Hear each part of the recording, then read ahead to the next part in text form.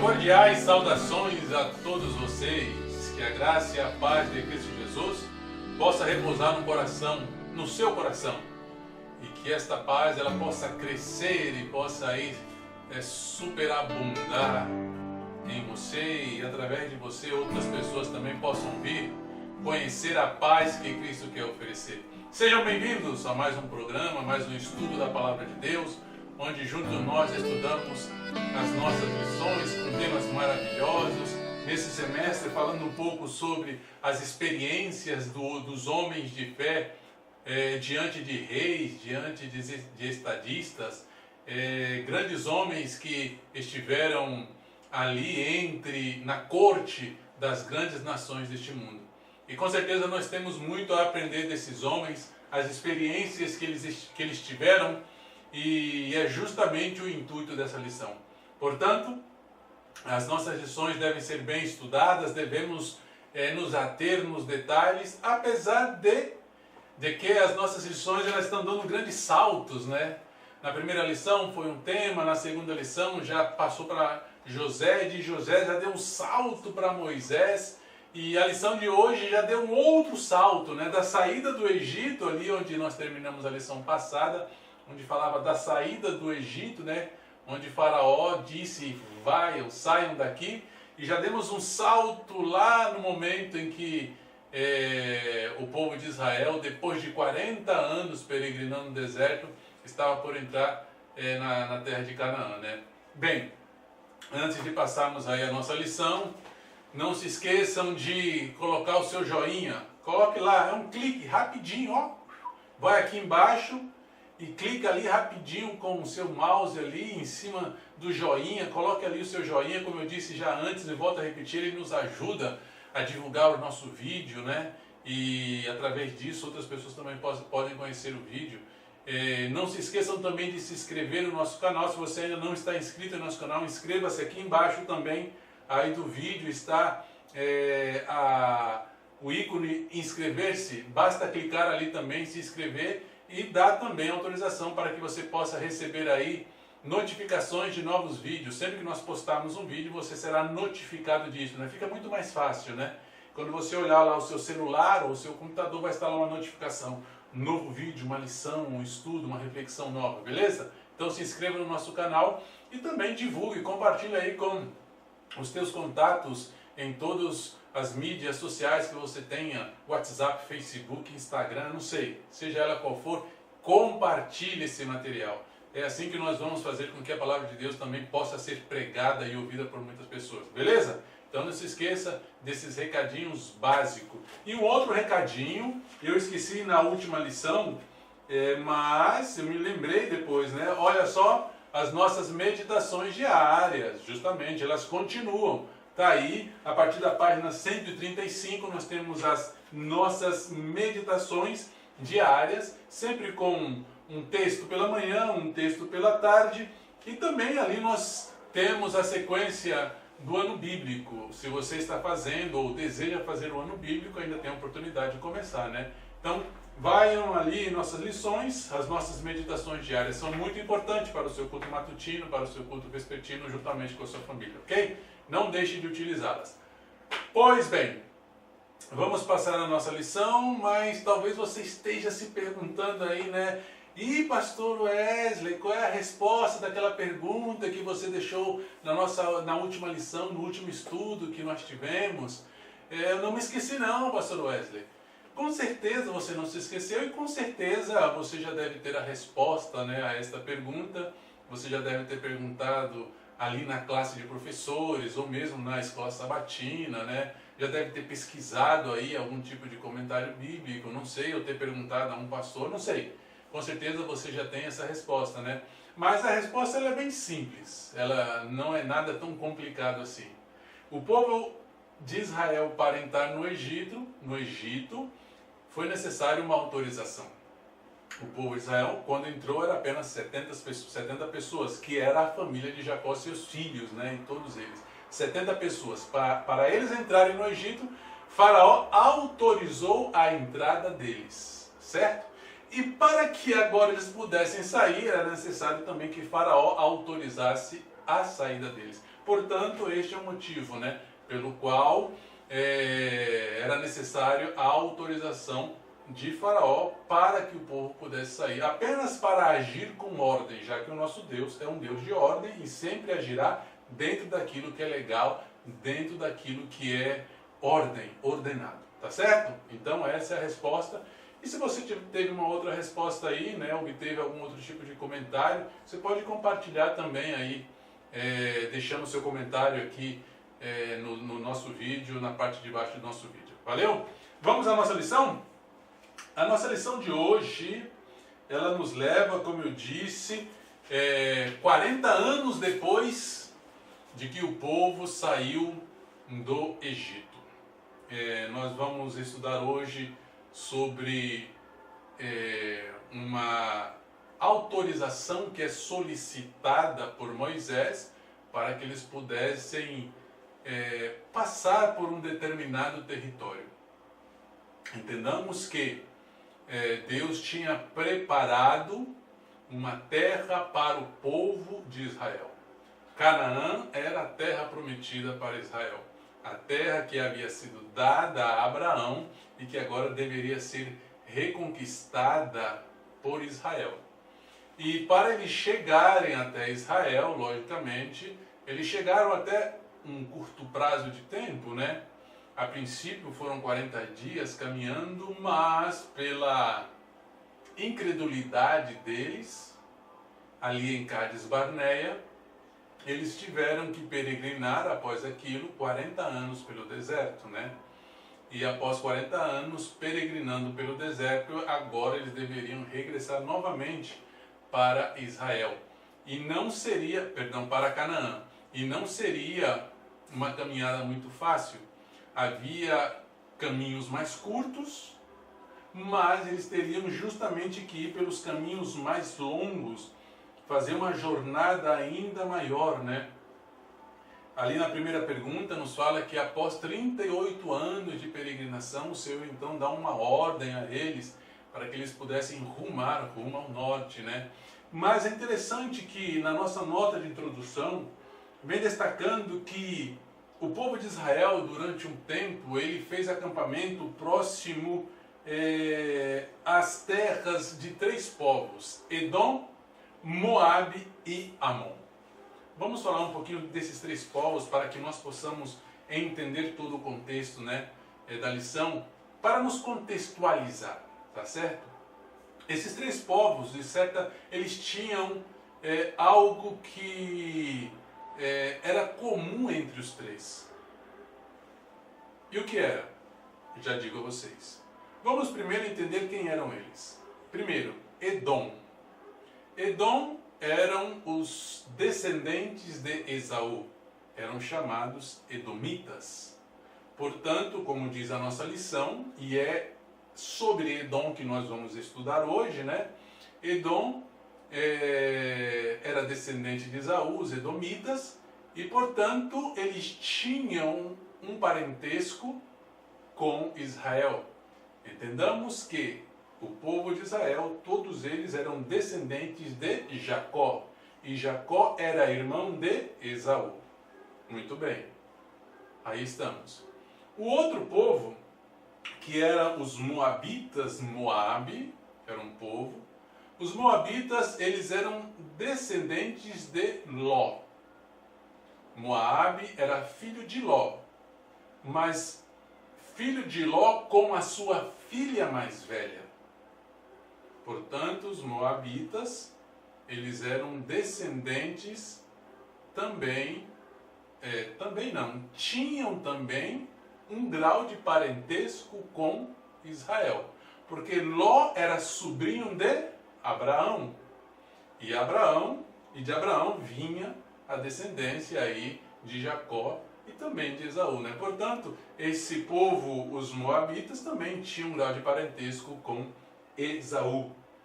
Eles estavam, a sua terra, o seu território, estava bem próximo ao Jordão, e pelo qual o povo de Deus, o povo de Israel também passaria pelos seus termos, assim como passaria pelos termos do território de Edom, né? E o último povo que cabe destacar aqui é justamente os Amonitas, Amon. Amon também era filho de Ló, com outra filha dele, né? Então nós vemos aí que essas duas nações surgiram de uma relação inapropriada, por assim dizer, né? Mas nós temos aí então os Amonitas, que era filho de Ló com outra de suas filhas, e também eram aparentados com Israel.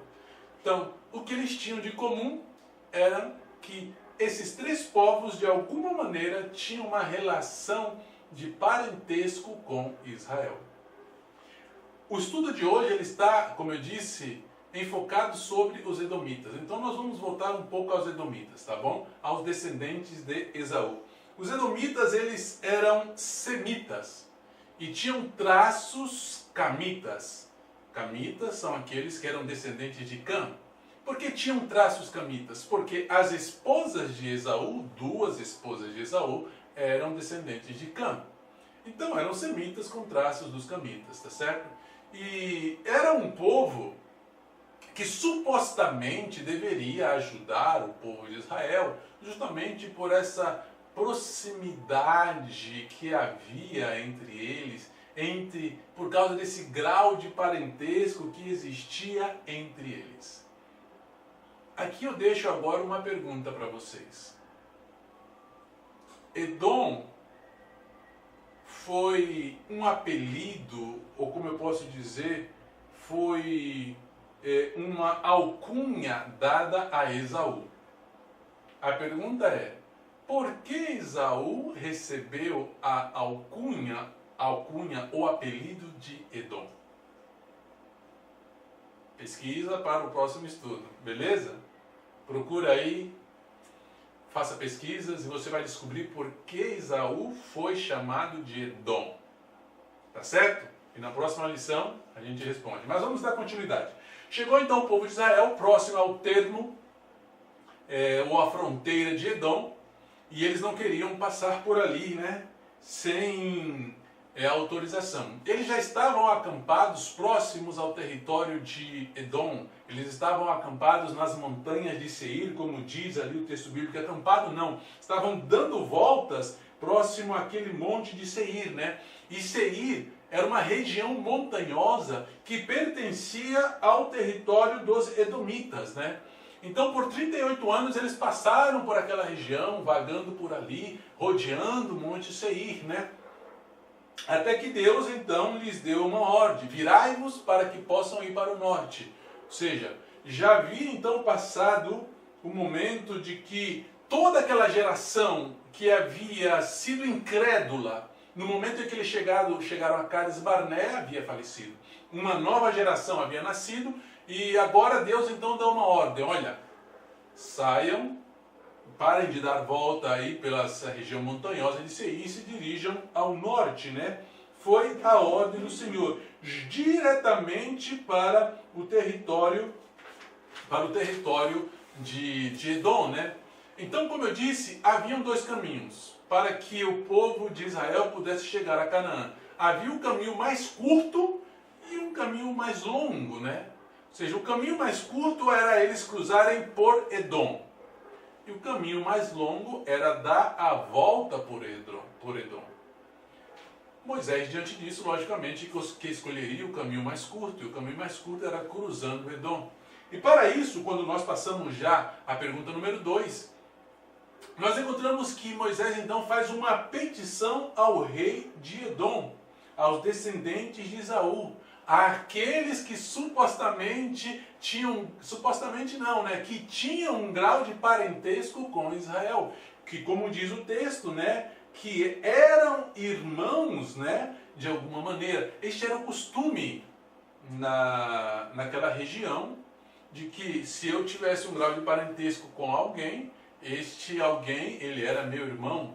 Eu o chamava de irmão justamente por causa dessa relação de parentesco que existia entre nós, né? Então Moisés agora envia uma carta aclarando qual era o desejo dele, o que eles queriam, né? Explicando de onde eles haviam saído, dizendo que eles haviam saído do Egito e que ali eles passaram momentos trabalhosos, né? Ou seja, tudo o que havia acontecido no Egito, aqueles prodígios, aqueles milagres que aconteceram no Egito, era conhecido de todas as nações. Todas as nações conheciam, sabiam como foi que o povo foi tirado ali do Egito, né? E Moisés tratou de ratificar isso, né? Dizendo que um anjo os tirou da terra do Egito, que eles tiveram um grande trabalho, os pais, os descendentes, enquanto eles habitavam no Egito, né? Até que eles chegaram, então, até ali, no limite da fronteira com Edom, né? Ou seja, Moisés aqui, ele recorre então à simpatia dos edomitas. Moisés, ele utiliza o fato de que havia esse grau de parentesco. Podemos supor, né, ou talvez até entender dessa maneira, que Moisés, ele tenha pensado, bom, como existe esse grau de parentesco, os edomitas, eles são, vamos dizer, nossos primos, né? Então, creio que eles terão simpatia de nós, vão se simpatizar por nosso sofrimento, pelo trabalho que nós tivemos, pelas dificuldades que nós estamos passando. Portanto, vamos recorrer, então, a esta simpatia, né, deste povo, para que eles possam nos permitir passar pela sua terra, né? Não era prudente que Israel entrasse sem autorização pelo território edomita. Talvez não pelos edomitas, mas pelo próprio Israel. Porque possivelmente os homens de Israel poderiam atacar os edomitas e poderiam querer tomar o território dos edomitas, né? Então não era favorável cruzar aquela nação sem a autorização. Se o povo realmente tivesse confiado em Deus, se o povo realmente tivesse tido a Deus como seu capitão, Deus os teria levado e passado por aquelas terras sem nenhuma necessidade de pedir autorização. Mas o povo ele estava acostumado a se queixar, o povo estava acostumado a murmurar, o povo estava acostumado a reclamar. Ponto. Ensinamento. A nota diz que quando nós nos queixamos e nós murmuramos, nós perdemos oportunidades. O povo de Israel perdeu uma excelente oportunidade, áurea oportunidade, diz o pensamento. Por quê? Estavam queixando-se, estavam murmurando. Quando estamos nos queixando, reclamando, murmurando, não percebemos a oportunidade que está passando diante de nós. Parece que nós ficamos cegos e não conseguimos ver aquela oportunidade que está passando. Porque nós estamos só nos preocupando em murmurar, em reclamar, em nos queixar. Ai isso, ai aquilo outro, ai aquele ali, ai aquele acolá. Ai aquele líder, ai aquele outro líder. Ai falta água, ai falta comida, ai está muito calor, ai... Sabe? O povo vivia reclamando e murmurando. E isso mostra a incredulidade do povo. E isso mostra que as oportunidades passam. Quantas vezes nós não perdemos oportunidades diante de nossas queixas e diante de nossas murmurações? Então, antes de murmurar, antes de ficar nos queixando, devemos aproveitar as oportunidades. E o povo de Israel perdeu esta oportunidade. E por conta disso, agora tiveram que apresentar diante do rei de Edom um pedido para que pudessem passar por suas terras. É pela incredulidade que eles resistiam ao propósito de Deus. É pela incredulidade que muitas vezes a porta que estava aberta havia sido fechada. A queixa e a murmuração leva-nos à incredulidade. Bom, voltemos na pergunta 3, então. Nós vamos encontrar agora qual foi o pedido de Moisés. Ainda que implicitamente já sabemos disso, né? Já deduzimos que o pedido era que eles queriam passar por Edom. Depois de Moisés apresentar alguns motivos para conquistar a simpatia do rei de Edom, ao final ele diz: deixa-nos passar por sua terra. O pedido talvez fosse um pedido viável de aceitar, né? Eles apenas queriam passar. E olha que Moisés disse: olha, nós só vamos passar. Nós não passaremos pelos seus campos, nós não passaremos pelas suas vinhas, nós não beberemos das suas águas, nem iremos aos seus poços, iremos direto pela estrada real, sem nos desviar nem para a direita nem para a esquerda. Não se preocupe, apenas nos deixe passar. Colocou essas condições também para o rei. O caminho de Edom, como eu disse, era o mais curto. E essa estrada real, este caminho real, era o principal trajeto para viajar por aquela região. Era um trajeto por onde passavam diversas caravanas comerciais. Era um trajeto onde se recorria para ir a diversas cidades e nações. Era um trajeto de comércio.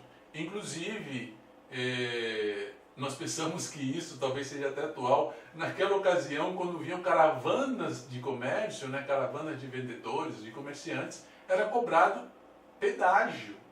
O pedágio não é de hoje não, gente. O pedágio já era de antigamente, né? Então esse pedágio era cobrado dessas caravanas comerciais quando passavam por essas estradas reais, né? Ou por essa estrada real. Essa estrada real, ela foi destruída, foi refeita várias vezes, né? E diz a enciclopédia, esqueci de anotar o nome dessa enciclopédia, mas que essa estrada real até hoje ela existe e ainda é utilizada de certa maneira, né? Porque é um trajeto realmente, como eu posso dizer, cêntrico, é um trajeto importante para se fazer comércio naquela região. Portanto, Moisés disse: nós só queremos passar pela estrada real, mais nada. Foi o pedido dele, era o pedido também do povo. Mas Moisés talvez não imaginasse que o rei de Edom tivesse ou desse a resposta que ele deu. Como eu disse, Moisés esperava que, por serem uma nação irmãs, por serem terem um grau de parentesco, Moisés esperava que a resposta fosse uma resposta positiva, né? Mas o rei de Edom, então, rejeita a petição de Moisés e do povo de Israel. Eles rejeitaram, eles disseram: não vão passar. Olha só, foi uma resposta curta e direta: não passarás por mim. Ou seja, vocês não vão entrar no meu território. Vocês não vão passar pela estrada real. E não foi apenas um não, foi um não acompanhado, foi um não justificado. Ele disse: vocês não vão passar, e se vocês passarem, sairemos à espada contra vocês. Caramba, que resposta, hein?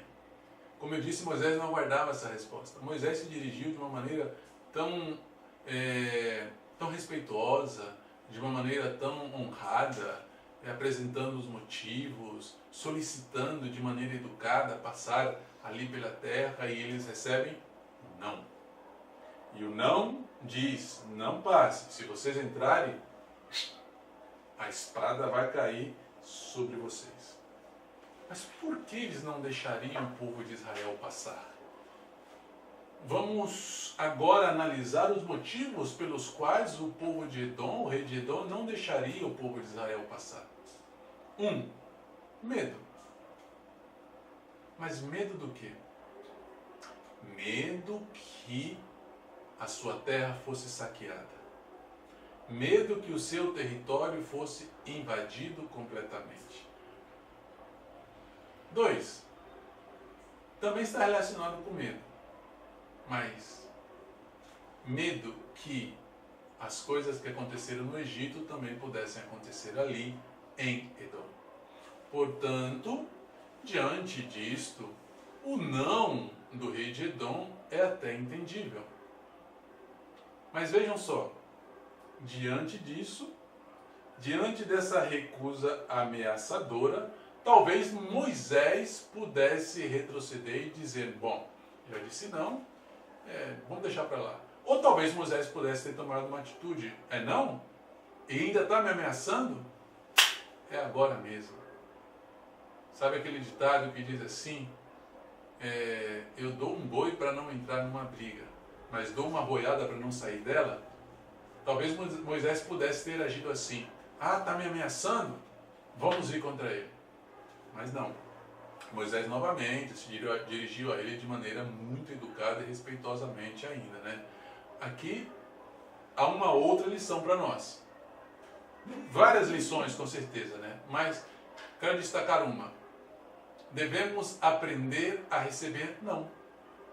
Devemos aprender a assimilar quando nós recebemos uma resposta negativa. Muitas vezes nós não sabemos assimilar devidamente, apropriadamente, quando alguém nos diz não a um pedido nosso, a um projeto que temos, a uma ideia que nós queremos que seja praticada.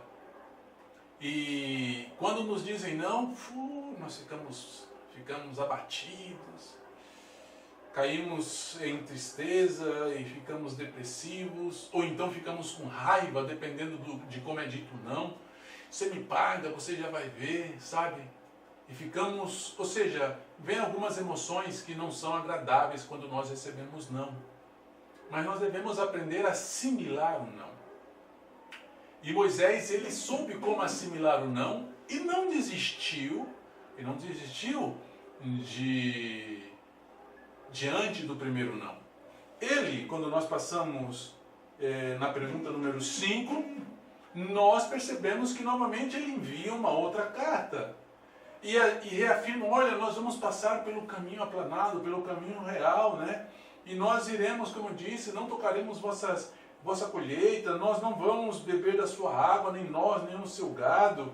E se por acaso alguma coisa acontecer e bebermos, ou algo for tomado, nós vamos pagar por isso.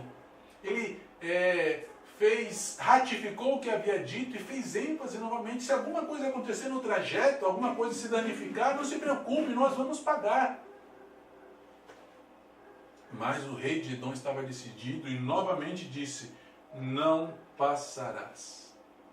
E não parou aí. Antes havia sido uma ameaça apenas, olha, se vocês vierem, nós vamos contra a espada. Na segunda vez, o povo saiu. O povo de Edom saiu ao encontro do povo de Israel com muita gente e com mão forte, porque eles não queriam realmente deixar que Israel passasse pelo seu território.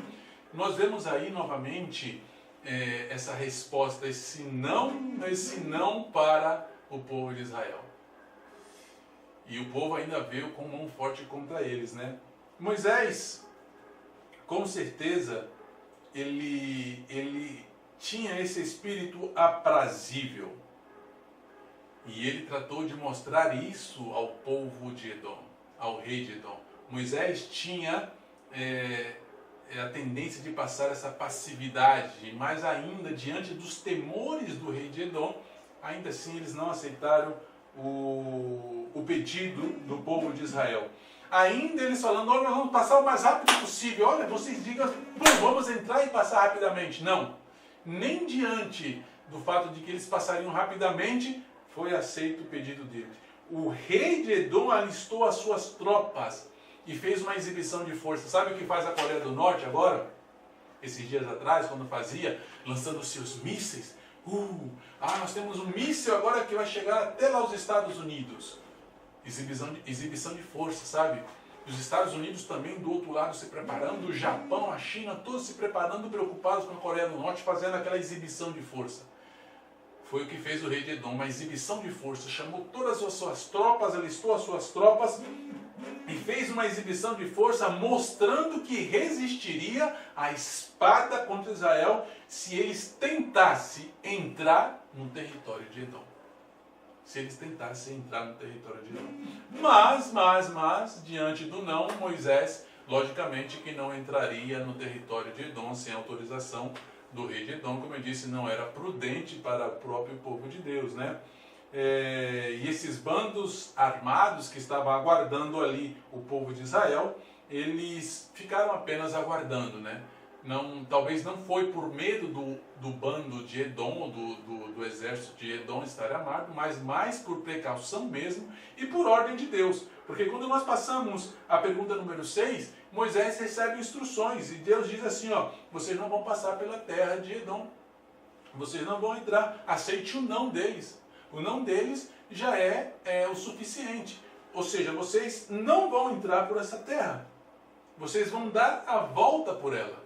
E nem mesmo vão conquistar essa terra. Porque o Senhor fala assim, ó, não vos envolvais com ele, não vos darei da sua terra nem ainda pisada por uma planta de pé.